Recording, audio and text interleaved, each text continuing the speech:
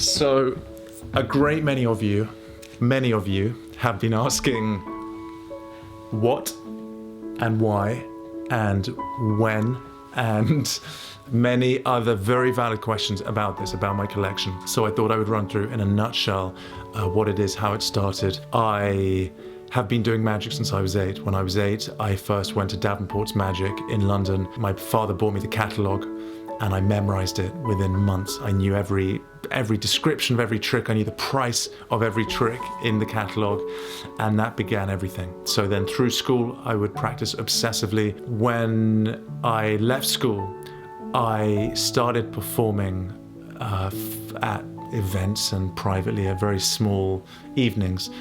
And when there was a very special evening, I would begin to keep the deck and write on it the date and the location. If it was something particularly memorable or with somebody particularly memorable or just special for whatever reason, I would keep the deck and put it on a shelf in my bedroom. And when I went to university, I would do the very same thing. So when I then finished university, I was maybe 22. I came back to London and I put all of these cards together, and there were maybe a few hundred, 200 decks, and I realized that was it. That was what I had to do now. And it was really two things. It was one, to build up this incredible, almost like a diary of magic, that I could pick up every single deck and be transported back to that moment, like almost like Dumbledore in Harry Potter when he has his pensieve, into which he can transport himself back to any moment. I can pick up any deck on these shelves and instantly go right back to that place and that evening and that group of people and the specific reactions and magical moments with that group of people. It's so powerful for me. I can just remember when I pick it up and see it and remember it, I'm instantly back in that place. So it's partly that. The other thing is that these decks of cards are such, on a level of almost karmic energy, they've brought such joy to so many people, and it used to feel so wrong to me to get back from an evening and be unloading all of my props and to throw away decks of cards that I'd used that evening. It didn't feel right that this object that had brought so much happiness and magic to so many people would just be cast away.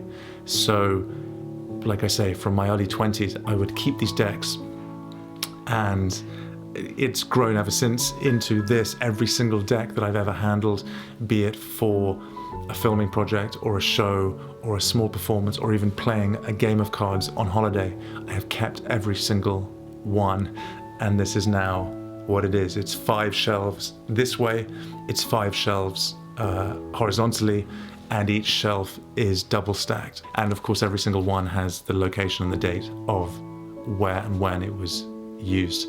So it's become this monster, this beautiful monster that is just, as I've said before, it's a reflection of my life in magic. It's these little dots on the journey of everything that's brought me to this moment.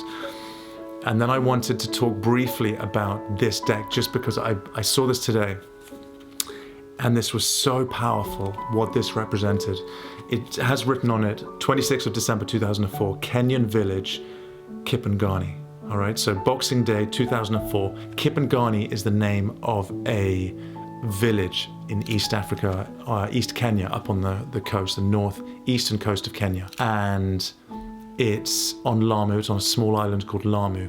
And for Christmas that year, I traveled with my family to Kenya, and I was 18, I just left school. Kenya is so rich in so many ways, culturally and in terms of energy and color and vibrancy, the smiles of everybody that you meet and the children.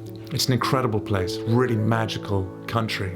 And the people we were staying with were very closely connected to a local village that they would help out and they would support.